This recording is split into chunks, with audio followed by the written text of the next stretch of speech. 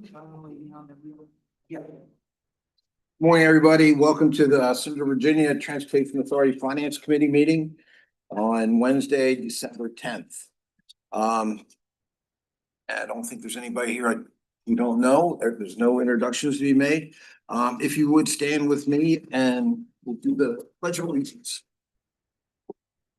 I pledge allegiance to the flag of the United States of America and to the republic for which it stands, one nation, under God, indivisible, with liberty and justice for all. Thank you. I'll give this a roll call, please, see if we have a quorum. Absolutely. Chesterfield County, Mr. Carroll, I'm here. Henrico County, Mr. Nelson, Richland County, Mr. Steenhauer. Here. New Kent County Chair Moyer, Here. City of Richmond Mayor Avula, Here. Commonwealth Transportation Board, Mr. Davis. Here. We do have a quorum. Thank you. We have nobody participating remotely today. And then the next action would be considering amendments to the meeting agenda. I have one amendment that I'd like to on section B and other business. I'd like to switch number 2 and number 3 to 3 and 2. So first one we'll do is City of Richmond, and the second one will be the round 4 project. Any questions on that? I guess I need a motion. I'm not sure you're switching 2, you're moving 3 up to 2. Yes. Okay. Mhm. You can call the roll, please, or I guess voice vote. Okay, all those in favor? Aye. Okay, all those not? Okay. We don't need a motion. Oh, we don't? Okay. Or no, I was asking. I Sorry. don't think. Oh, I mean, I thought I He had invited it. a motion, so there was a motion and there was a second, I Mhm, believe. there was. Okay. You can- Either one of them you can give their credit to. Next is approval of the November 12th, 2025 meeting minutes. Are there any additions, corrections, or slight that were in there? If not, Move to approve the minutes as presented. you, is there a second? Second. All those in favor? Aye. Thank you very much. At this time is public comment period. If there's anybody here that would like to make a comment, or anybody that's online, and since we have nobody online. And if there's nobody getting up, that's close of the open public comment period. Next would be my report, and the only thing I have to talk about is I had mentioned I think last time about the possibility of doing some internships, having a couple interns, for the CVTA. I've not done anything on that, but I'd like to get some input from some people emailing me or letting me know what you've done in your jurisdictions in the way of interns, and then between myself, Chet, and the rest of the authority, we can talk about what may be possible for the CVTA. Because I think getting that type of skill set in somebody's repertoire can be very important in their next step. So that's good. Anything, Vice Chair? No. Okay, very good. CVTA activity report, the financial numbers, Mr. Parson. Thank you, Mr. Chair. Page 11 in your packet is the most recent tax collection and distributions for the authority dated October 31st, representing July tax activity. As we have watched, we are now close to 1.05 billion in lifetime to date receipt of taxes.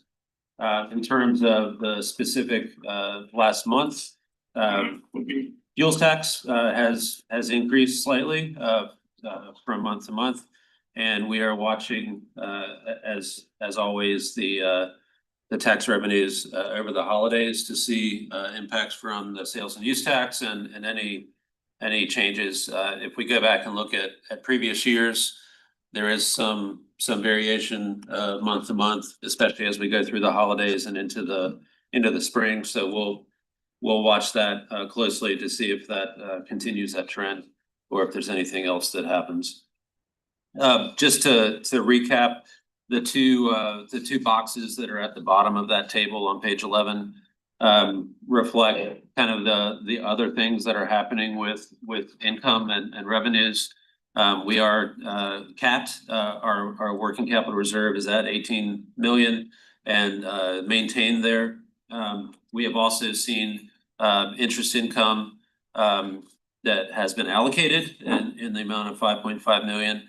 And now, as of this month, we have 14.3 million in interest income that has not been allocated. So that's that ongoing discussion that we've been having about the best uses for that. So more details on that are available on the table. If you have any questions on that, please let me know. The next page on page 12 is our investment report for October of 2025. And I'll just highlight, not much has changed. If you look at the three bullets on the right-hand side, provided by our fiscal agent, the Fed has lowered rates by 25 basis points in September and October. I don't believe there's been any action in December yet, but we're continuing to watch that. We are, watching interest rates continue to lower slightly. Yields have dipped below 4% for bonds and are moving downward in the pooled funds. But as of now, the best location and the best advice we've gotten is to keep our investments in the pooled funds because of the interest rates that those are receiving. So, Mr. Chair, with that, I think that's a good summary of the financial statement. Thank you very much, Mr. Parsons. The only comment I have is that on Facebook today, one of my citizens remarked about the new Wawa in Eastern Henrico opening up, and great place to buy gas. And I really didn't know what to say about that, but we're gonna have Buc-ee's someday, so I guess I'll get some other people's tax money too. But so that That would be your response, just a picture of Buc-ee's. We're still 2029 though, okay? Right, Amy? Yeah. Okay, good. Like to get a little lightheartedness on this stuff. Next is a TAC activities report, Mr. Vadudas. Yes, so, Mr. Chairman. My ears Okay, perked up when you I said. scratched you off too. I will go out of my way. Yes, thank you. So, TAC met this past Monday. And our focus was primarily, on regional funding. We had 3 agenda items, which are also, included in your agenda. The first was, staff presented to us the, preliminary scores for the regional round 4 applications. Okay, so this is, members' opportunity to submit applications for, projects, in 6 different categories. What they revealed was, requests totaling approximately 465 million versus, available funding of about 109 million. So, that's not that surprising. This was an informational item for us, and, members, have the opportunity to adjust their request, i.e., reduce the amount of their request to improve their cost benefit if your project happened to fall outside of what the preliminary scoring was. And even if you were fortunate to fall into that funding category, you may want to consider making adjustments as well, knowing that other localities are going to be perhaps adjusting their request to improve their cost benefit. The second item that we took up was the city's off-cycle funding request for Diamond District project.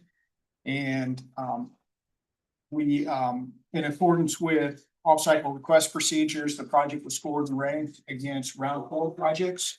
The project would be in the highway category and fell just outside the rankings of projects that would be funded. So in other words, it ranked number 9 overall, and there were funding ended at 1 through 7. So again, just kind of outside of that range. But it was tax desire to support the project. We felt like, the city should have some financial stake in the request. And we arrived at, 80-20 split with, 80% coming from, that interest, revenue that, Mr. Parsons just made reference to.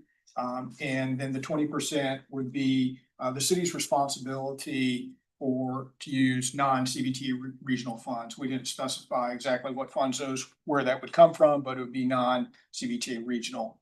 So 80-20, and then the other component of that was that because this was off cycle, we didn't feel like it would be fair to the other localities for the city to receive a wild card, because this would have to be considered as a wild card application. So the request was, or the motion was to forfeit that round 5 wild card application. So in sum, 80-20 split with 80% coming from the interest income, and then forfeiting a wild card in round 5. And then the last item was another informational item. Staff presented to us the regional spend down plan, which showed how dollars were expected to be spent over the next several years for the various projects underway. And we did touch on how we might look to advance projects to get them to a shovel ready standpoint so that they were more viable from a bonding standpoint. Again, it was just preliminary discussion. We didn't decide anything at that point. But that, Mr. Chairman, kind of summarizes our discussions. Thank you very much. One comment from you, and that's the first one about the costs. We have no mechanism of policing, if we're lowering our costs more than they really are going to be in that. That's the idea of this collaboration with Region, that we're all going to be looking at our costs as they will be. And if we've estimated too high and we need to lower it, that's great. If we didn't, we can't lower it then. So hopefully everybody looks at it under those, in those lenses, with that. But the rest of it, thank you very much for all that work you did. That must have been some meeting. Right, that's just, seems super reasonable that we would give up the wild card spot. I just want to clarify, if we give up the wild card spot, do we still have 8 project submissions in round 5? Or is that? I believe that would be the case. It just means we'd have to categorically submit those and not, okay, that's great. Thank you. And thanks for all of the work in a very short period of time. Really appreciate you moving it forward. Anything else? Anybody else? Any comments? Thank you. Okay, very good. Thank you very much again. Next is B, other business. I'll go number 1, that's GRTC fiscal year 25 certifications. Mr. Parsons. Yes, thank you, Mr. Chair. As you all know, the fiscal year for GRTC follows the federal cycle. So we have had the certifications for each of the localities that took place in July, August. At this point, we have the year-end certifications for GRTC on the agenda. And I do believe that the entire GRTC team is here with a few slides to share that just kind of goes over the results. So Cheryl, I'd have to turn that over to you. Good morning, Mr. Chair and members of the committee. Thank you all for having us here this morning. We have provided some brief slides to provide additional details regarding our certification. I have with me here this morning Adrian Torres, my Chief of Staff, as well as John Dizzarella, my CFAO. So hopefully we'll be able to answer any questions that you may have. We've had conversations with Chad about the possibility of coming before the CVTA committee on a quarterly basis to provide service and project updates to you all so that it's not just once a year. So we're looking forward to that information. You can advance the slides. This is just an overview of what we do. I think most people in here know that we're the regional transit system and that we provide BRT, local, express, as well as microtransit services. Our current operating budget is about 93 million. This just, I'm sorry, you're fine. The next slide just talks about the different services that we have, and we're happy to provide this information to you if anybody is curious. Just talks about our hours of operation, our days, and type of service that we provide. Slide.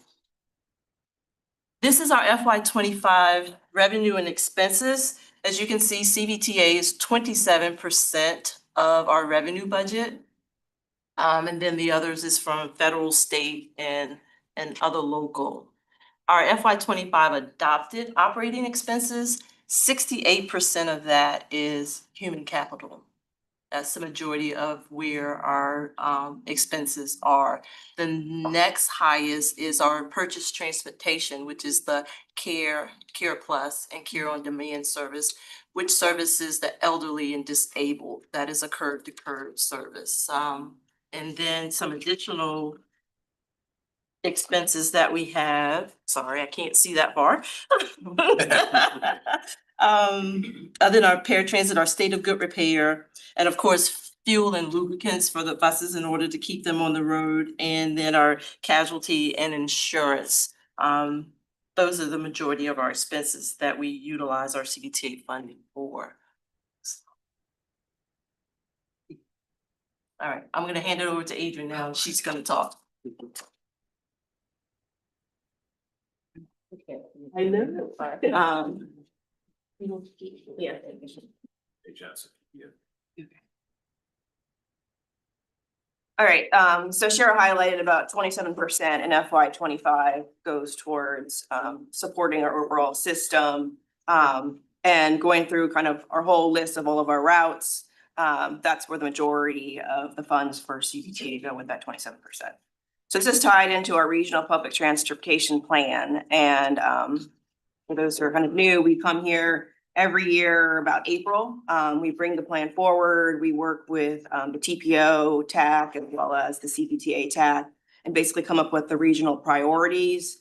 Through that, it makes it through the policy board, and then it comes through CVTA full authority for what would be our spending plan for approval for each of the fiscal years. So that happens every year since the onset. So showing here, just wanted to show since beginning when we did our first plan in FY 22, our operating budget was 63.2 million, capital was 30.8. Then we went to 63.7, 17.9, 24, 74.1, 22.1, 90.3 is what Cheryl just kind of showed in the pie charts. And then this year our approved is 107 and 43.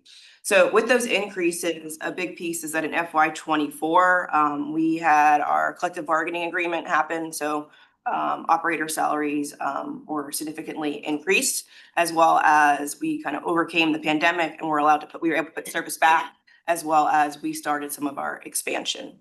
So that's why you kind of see a jump there. And then we would do a full year expansion starting in FY 25, and both 25 and 26 are heavily studies are in there for both the North-South BRT and the Western BRT, which we know have CVTA regional project funds attached to them. So there's a study efforts to get to that construction funds that have already been very, very partially approved. So as far as the bottom one, in our first year since we were developing that plan, the 16.4 million that we ended up accruing in that first year, we actually put right in a reserve, and we used COVID relief dollars in that first year because the jurisdictions per legislation were allowed to cut their funds 50%. So we had a hole that we had to fill right away. So we did have ARPA and the CRISA funds that we were able to use for that. So starting FY 22, you'll see that our funds go towards pretty much 3 line items for this 27% that were identified. Main one is just maintaining our service levels because we had that fund reduction from the jurisdictions of 21 million, which has grown over the years to about 28.6. And then we use a portion of the CVTA for any capital needs that we have. So those are usually our DRPT applications. We match those for local fund needs with CVTA. And then we've been doing the study, which is the Regional Public Transportation Plan, as well as the microtransit. We did an initial study and have been continuing to refine that and expand those. And so those are the studies that have gone with that. Every year, we have had a delta that we've been able to put into our restricted reserve. So you'll see on the certification sheet that John sent, that we provide over about $58 million that's currently sitting in that restricted reserve. So that's just the aggregate of all the restricted reserve, plus the interest we've been gaining on those. This is just to highlight, this is our 5-year projection. So with that, you'll see that CVTA line kind of halfway through the middle that says regional, if you can read that. But that's the number for FY 26 for CVTA at the 28.4. And as our other revenues are pretty flat, most of them are based on formula based. And as it increases, we need more and more CVTA revenue that we put aside. So you can see as that number just jumps each year. And those out years also includes funding need for those north-south BRT, those capital projects that are working on being funded kind of regionally. So just kind of giving a picture of what that reserve looks like as it goes down. In this particular instance, we're looking at the projection at the end of this year of it being about 62.8. Well, we start to need that. So you'll see that being drawn down to a projected balance of the reserve, basically kind of depleted in 2031 and just using it every year. So that balance no longer exists. So we planned it for this purpose. Every year we come to the Regional Public Transportation Plan. We talk about putting it away for when we need it and coming back for approval for whether it's expansion needs or just continuing to maintain service. So just kind of going into, as Cheryl said, the bottom it just says, we're going to start doing quarterly, knowing this is different from like the normal project updates you guys get from the other jurisdictions, transit being a large percent of the CVTA. And we're also about to kick off the 27 and 28. So those same groups that we met with every year will start to kind of take a step back and do a bigger look at what are the needs, because I know there's the rural study that's happened. We want to have those inputs come in. We've met with a lot of jurisdictions about microtransit expansion. So you can see the CVTA money is kind of being used to maintain service. So we want to make sure we have the priorities and also talk about cost and sustainability as we get the priorities from the rest of the region. Thank you. I'll start out with some of the questions. And I appreciate all you guys do and all the work to get at. Are those slides available for us? We'll distribute. Okay, very good. Yes. I think what you basically showed is the value of that quarterly meeting. You having that coming to us, that that out of 15% of all the monies we take in GRTC is we deserve it, and we appreciate you understanding that for sure. Has other jurisdictions looked at your model for free transportation and asked questions about it? Because it has been kind of in the news that other places want to have that. I would think if things are going well, people are going to be looking at Richmond as being pretty special with that. So We get lots of inquiries. Oh, okay. Various I would think. coordination. Very good, very good. And also, we're gonna have a major hub in the middle of Richmond, correct? That's where the whole trend.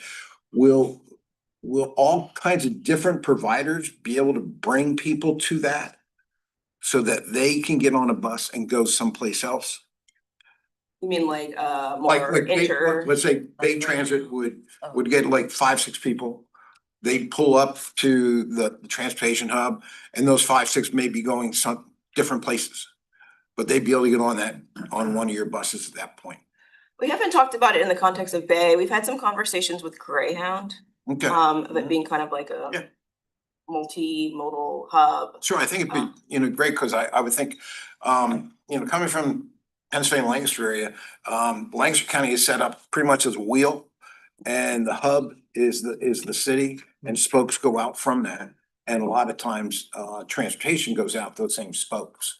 So it might be something to think about, maybe having a specific area where those other type of providers can drop off. It would make sense. So, okay. Anything else, Mr. Chair? Yes. Can you bring the slide deck back up, please? And go to the slide that they showed where it spends down to 2031. Please.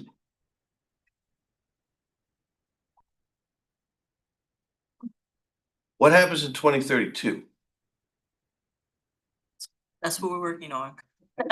Yeah, a good, yeah, and I think that's a good important reason for the quarterly meetings as well as the regional public transport. At this time, we're taking a step back, and I said, looking at a comprehensive picture, which includes the consultants looking at what those costs would be with also additional revenue sources for sustainability, because I will say this is a definitely, if we had no other revenue sources, we would have to use the CVTA to draw down to that level.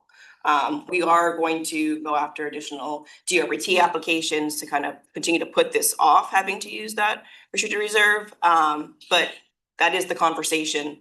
How can we bring in additional funds to sustain what transit is now, but also to grow? Because we do have funds attached to the BRTs that we want to expand, but we need operating dollars to make that happen. So I don't have an answer. I didn't think you would, but I wanted to ask the question because in looking at this, and to speak what the chair said about having free fares, someone's gonna ask the question in the future, well, if you have free fares and you're spending down your reserve because you're providing free fares.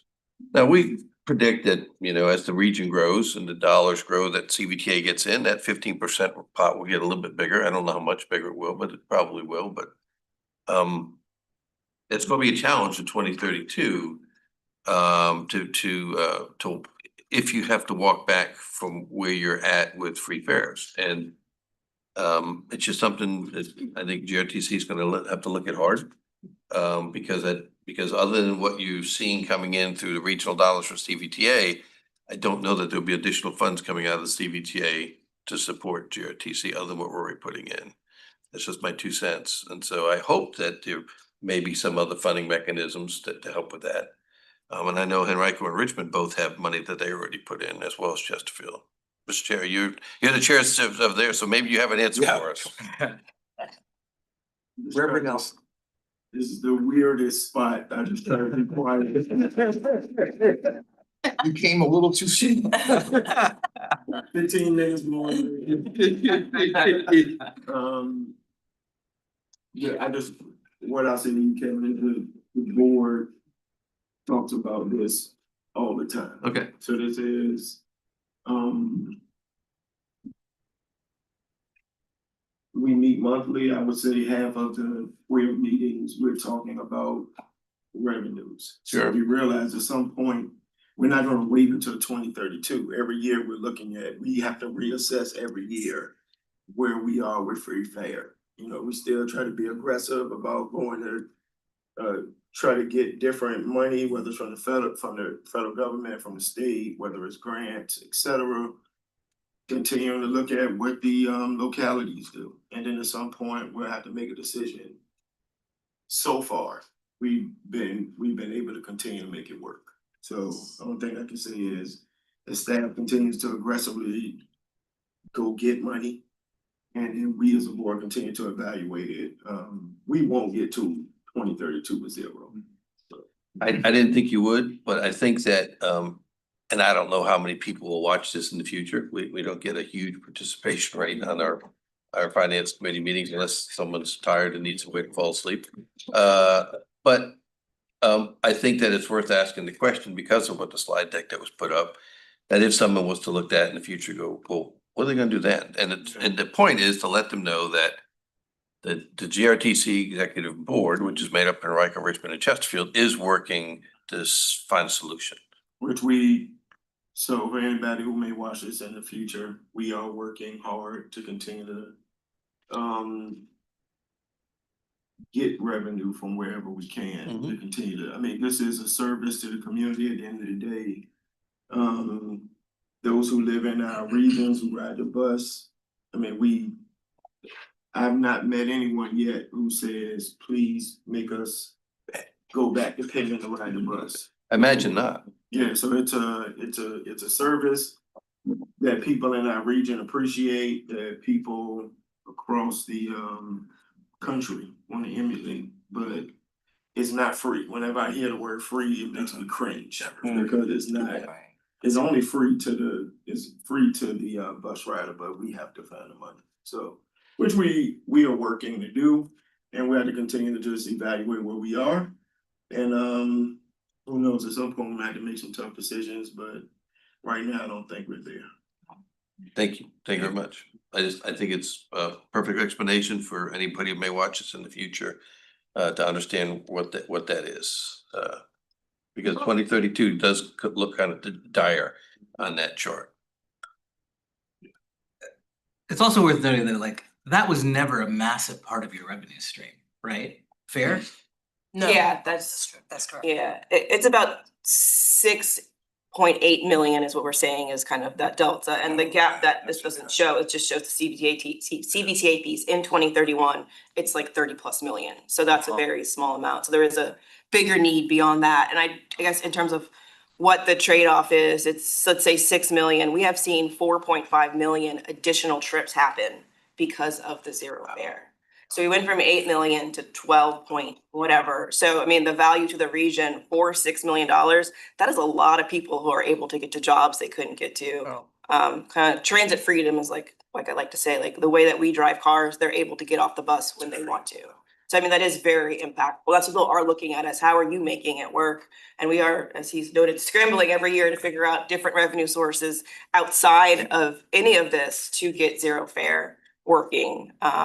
We just actually got a approved position from Community Foundation to get a position dedicated to also assist. So we're trying to get ways to keep that going.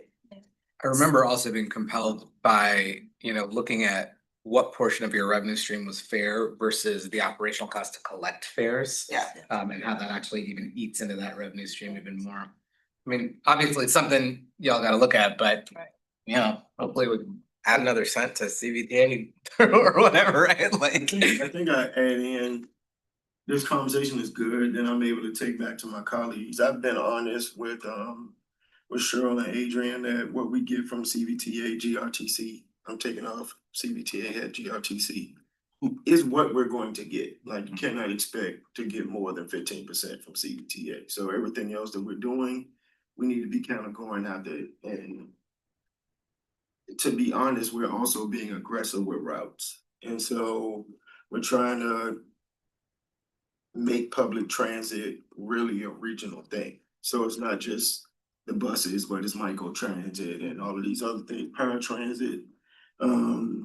And so again, like I said, several times a year, we got to look at what we are providing. And, when we started, when the General Assembly gave us the ability to be able to get funding from CVTA, then we became more of a regional unit.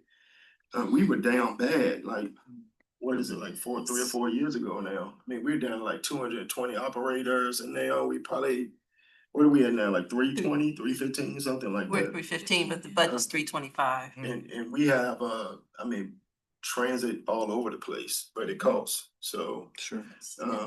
I would say, I don't know if it's just the way we present it or what, it seems scary, but actually it's also exciting. So we're in a really, we've not had public transit like this in our region ever before in history. So it's a good thing, but it also presents its challenges. So And we're getting creative with other revenues. Advertising is one. We're increased our advertising, and we now can advertise on our shelters as well. We have our TAP program. I actually had the CEO from Lynchburg call me about some of the things we're doing with that program. That's basically partnerships. So we're looking to different businesses as partners and things like that. So we are looking under every rock and every stone to make sure that 2031 does not happen. I do want to put context that this is not unique. CVTA has actually put GRTC in the Richmond region in a good situation. 5 years out, $30 million gap versus I just saw an article this morning where TriMet has a $300 million gap next year. So they've done layoffs. So it is a national issue just based on the way that transit agencies get funded. A lot of it is just uncertain and it's just expensive in terms of the operations of it.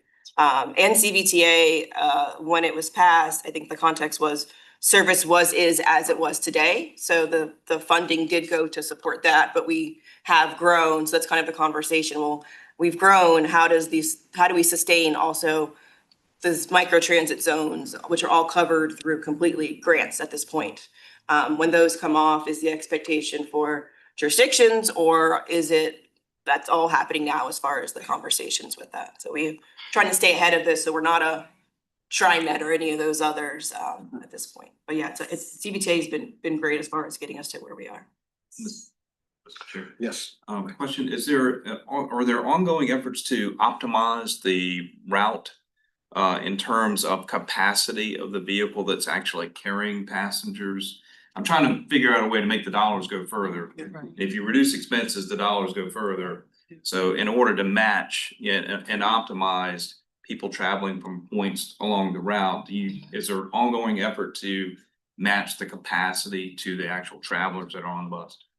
There is, yeah, there is. And as a matter of fact, as a result of some of that, two of our routes that were underperforming, we turned into microtransit zones for that very reason. So yeah, we're constantly looking at that, and we provide quarterly updates on ridership to our board. And so they're aware that if there's an underperforming route, that we may have to cut that.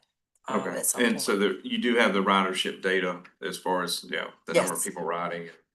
Frequency is another big part of that, I would imagine as Absolutely. well, so.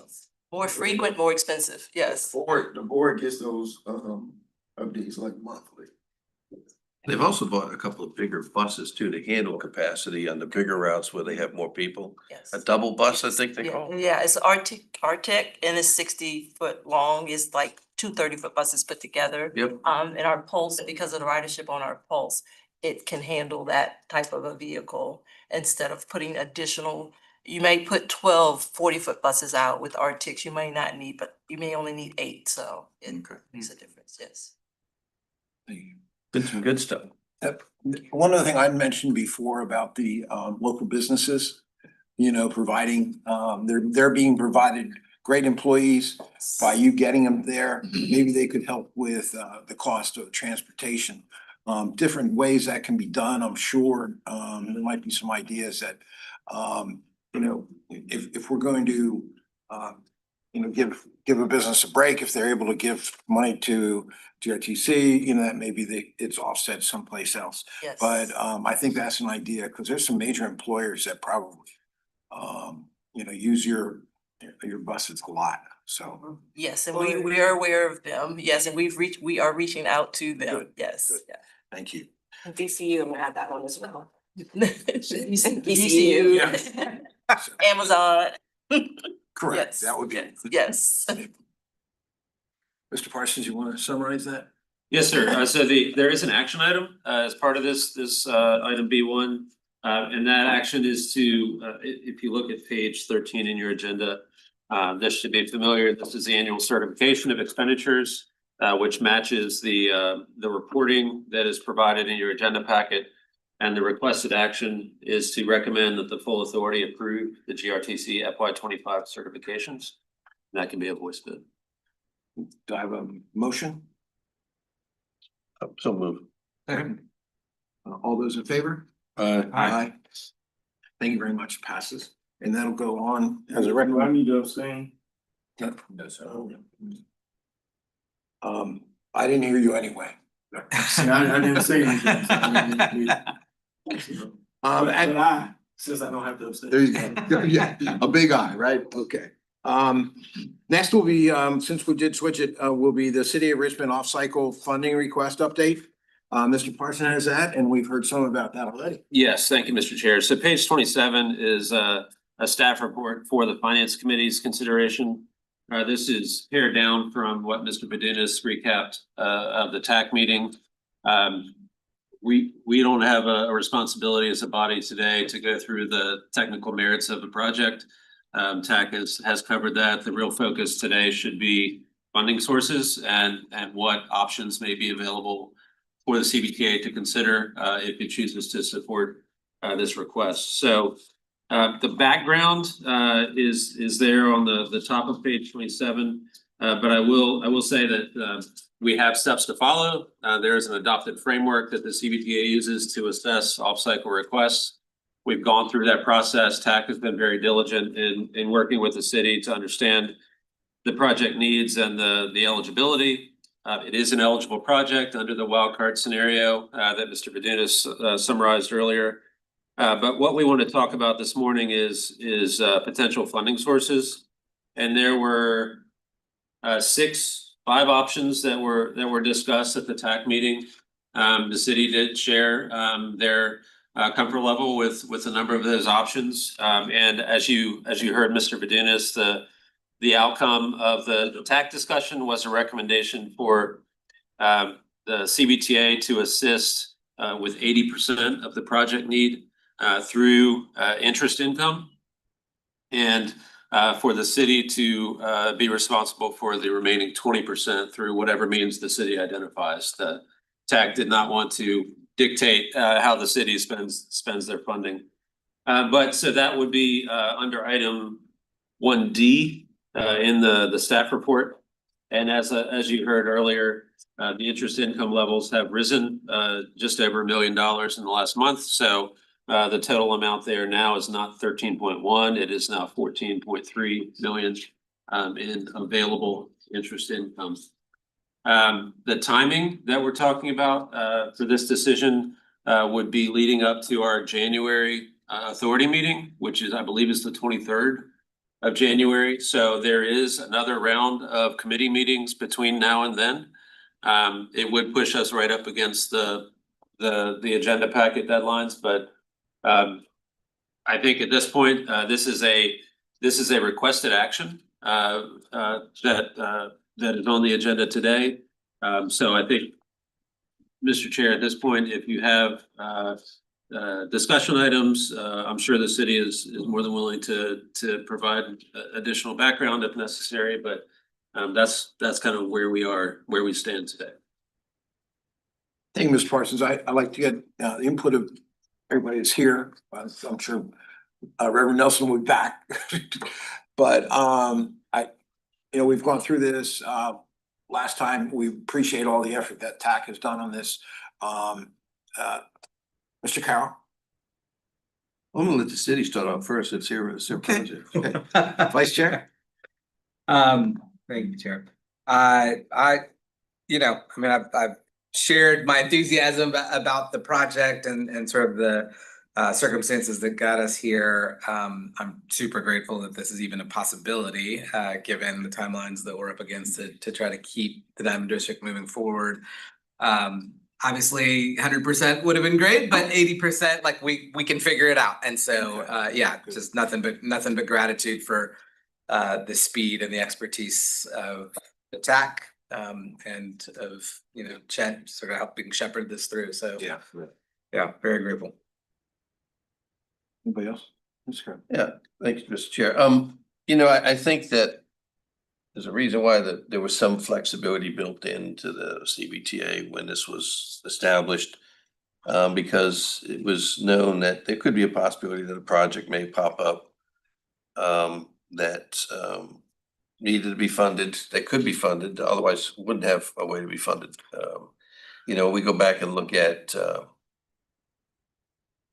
what we did when we shifted money with Goochland, right? We allowed Goochland to shift money from one project to another. It's a little bit different. This is an off-cycle project that we're bringing in, but they could have lost a tremendous economic development opportunity.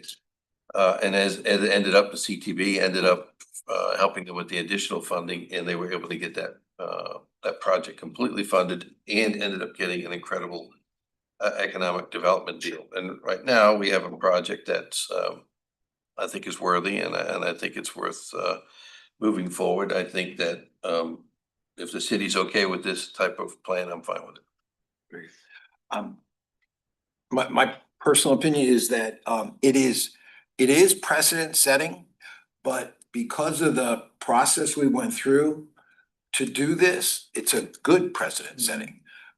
So next time when somebody comes back, there will be you do need to show all these things to get TAC to approve it, to get the elected officials to approve. So if it does pass through the full authority, you know, usually that's a bad saying when you say someone's precedent setting, but I think this one would work more of a positive.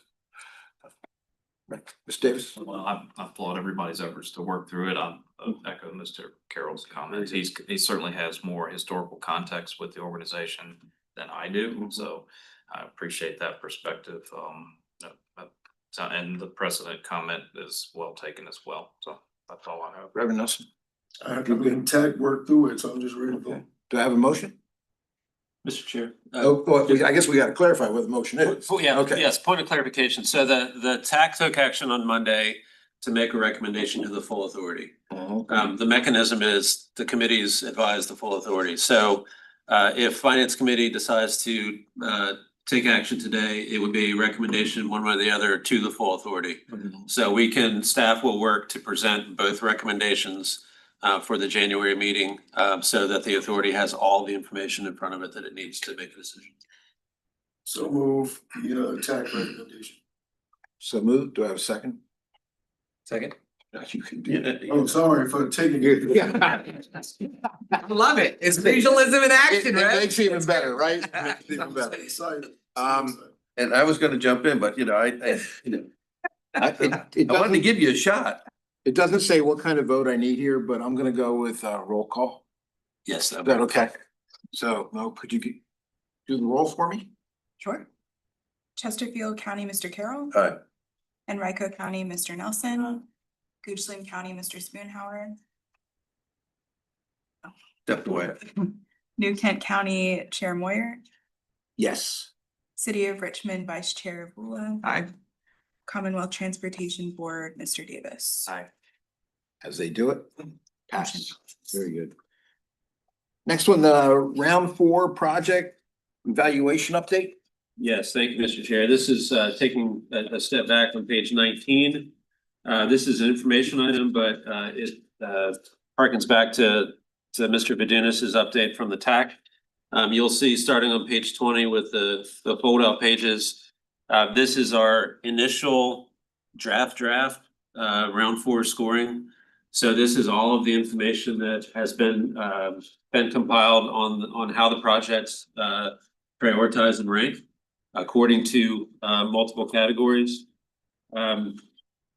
Page 20 is a summary of revenue projections and splits between the 6 categories that we have, which is active transportation, bridge, highway, multimodal, transit, and PE only. And then each page following that is a summary by category of the applications that we have received for round 4. The things to highlight here are the benefit rank and the category rank. So the benefit rank is where those projects would stack based solely on the merits of the project. What the project would do to the region in terms of impact and how it serves the categories that have been identified, which is safety, mobility, and accessibility, according to our adopted framework. The category rank is where things would rank, where the projects would line up after you factor in the ask, the cost estimate. So it's a benefit cost ratio and scoring. And sometimes, depending on the category, you'll see as you look through, the category rank changes from the benefit scores based on the delta and the percentage between the requested funds and the benefit. So what this does today is it gives the TAC a starting point to understand, out of all of the applications that each locality submitted as part of round 4, whether those applications would receive funding if you go strictly by the numbers, how the projects are prioritized and ranked, and where that falls in the final standing. So for each page, you'll see the last column on the right is within funding limit. If there is a star in that column, then that project would line up to receive funds based on the current scenario. There are a couple things that are fluid between now and the end of January. One, we have not received, we expect to receive updated revenue projections from VDOT later this month. It typically happens the week before Christmas. And we will factor in those revenue projections to understand our baseline funding pot. So right now, we're basing that baseline on the baseline available fund of 109 million on the previous year's revenue projections. We'll update that, so that may go up or down in terms of the available funding. The next thing that can also happen is, as Mr. Vadunas mentioned, localities can adjust their funding request. So that's going to be a kind of a shuffle that may happen. So we may get multiple localities change their funding request, which will also change the category rank on how those projects stack up. So that information is requested by the end of December so that we can position the TAC, especially for a final discussion at their meeting in early January, and set the agenda packet for the full authority with an updated scorecard deck that you all will be able to consider at Finance Committee as well as the full authority. Very good. Any questions? Any clarity? I have questions, but they're from my transportation. Same with me. Very good. Nothing else? Okay, next we'll go to I think we're on number 4, regional. Yes, sir. Spend down plans update.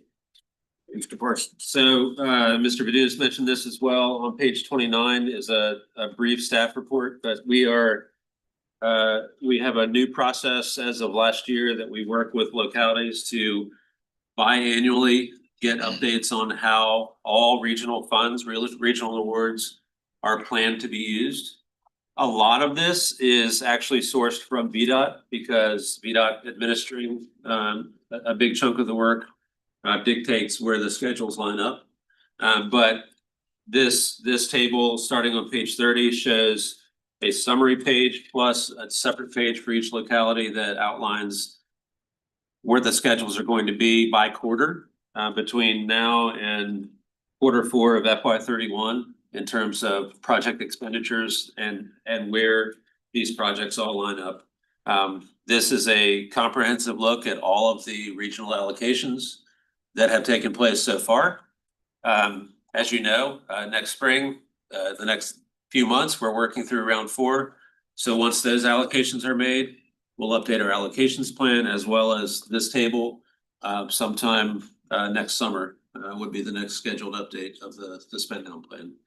And that should be enough time for the dust to settle and everyone to get an understanding of project outlays and construction schedules and everything else that needs to happen to update this table. So this is that information item that we will be able to update and provide for everyone's use at least twice a year.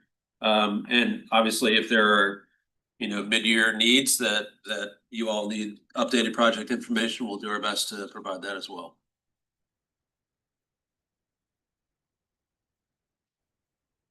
So Mr. Parsons, on page 30, that number $642 million.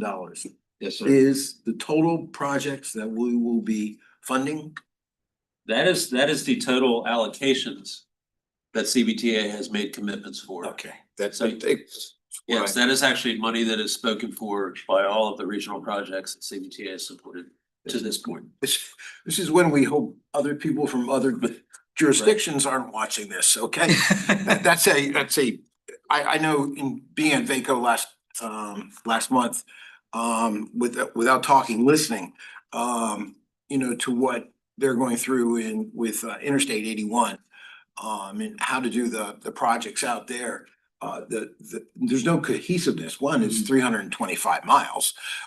So it's a little tough to get anything going on. And all of that is 2-lane highways. There's very little 3-lane highways in that. And so it is how appropriate that I'm the guy talking about what you guys have done in the past several years, and we're very thankful with UCAM. And I think the rest of the region is showing that same type of thanks by letting us continue to do that part of those projects. So, anything else? Have anything on the? Then we're going to number 5. And like Mr. Davis, you're gonna give us an update on Commonwealth Board of Transportation? Yes, so the Commonwealth did meet yesterday downtown. And good news for the region. Chet gave a report out last week on Friday of our $512 million of awards for this past year. And that number is going to grow. Congratulations to Chesterfield for being the recipient of the Governor's Transportation Opportunity Fund, $35 million to help go towards the Western Arterial Collector, the WAC. I think it was identified. Jesse and Chessa were there yesterday. Jesse did a great job representing Chesterfield. I was there online, not in my car. but I Yeah, you was were there online and we missed you. But certainly good news for Chesterfield and good news for the region. So I think that takes us to 547 million if my math is right. Just an incredible round of funding for this past year for this region. So congratulations. The Richmond District really has shined, and with the help of CVTA in this body, as Martha accurately points out that is she is there. Shout out to Martha. Right. As she articulates oh so well, the down payment, if you will, getting these projects leveraged down so that they score better at smart scale and it results in a successful. So congratulations to the region. So, Mr. Chair, I wish we had known about 2 weeks ago because we already have our impact reports printed. We could to make a note. Very good, thank you. Thank you, Mr. Davis. Any other members of the committee? Mr. Chair. Yes. Just as an interesting side note to that, when you talk about the creation of the CVTA, there is a bill that's going to be introduced in the General Assembly this year to create another body like this south of here for the Tri-Cities. I'm not sure if everybody's aware of that, but they are asking for a bill to be introduced to establish a transportation committee for Southern Chesterfield, Dinwiddie, Colonial Heights, Petersburg. Charles City County is part of that as well, all part of that greater PDC. So in case you didn't know that, that is something that is that will be shepherded into the General Assembly this year. Not sure what'll happen with it, but Yeah. that's something that's happening. It'll be interesting to watch. Mhm. Yeah, that's very good. Who's the patron? Yes, I believe it's gonna be last resale. Very good. As we continue the success that you guys have set us up in, I'm sure a lot of people will be thinking, a lot of jurisdictions will be thinking about this too. I have a question for Mr. Davis, which I think I'm right on this, but you know, the sales tax that's utilized for this to fund the CVTA is actually across the entire state, correct? And the additional funds go into there, or is it only CVTA that gets? It's this, as I understand it, it's the CVTA communities, because that sales tax, because the state sales tax is one level, CVTA's sales tax is in addition to that. Okay. Just like the fuels tax would be in addition to the state. So essentially what they're So- gonna be asking for their jurisdictions is the same thing that was created here for an additional tax to be put on Yeah. all the Tri-Cities locations. Same model. Yep. So doesn't impact us. It would probably be an additional tax, like, Well, you know, when- if you're in Charles City. Well, yeah, an additional tax on the residents, but Right. it's not like we're fighting over the same pool of money. No, but where it could affect is those projects that it may affect the scoring of those projects. It still would be in the CTB district, but it could pull a project from this Oh, locality. If they had a good one, CVTA yep. footprint down to the Tri-Cities footprint, Mhm. which is Yep. may not be all that great for CVTA, but So- it's Commonwealth. But they could help out with the Fall Line Trail in that area down there. Well, we already funded it. I think I- that was done. We already funded it. It's a good suggestion though. Yeah. Thank you very much. Good. Yeah, so it could pull a project from Yeah. this area down to that area. Or from Hampton Roads or from Northern Virginia. Mhm. It could, yes, it could, yeah. That's true. it To could. make them more competitive, just like Be your more other range. competitive. That's pretty good. Anything else? Next meeting is January 7th, 9 o'clock, right here in the boardroom. And, do I hear a motion to Motion to adjourn? adjourn. Second? All those in favor?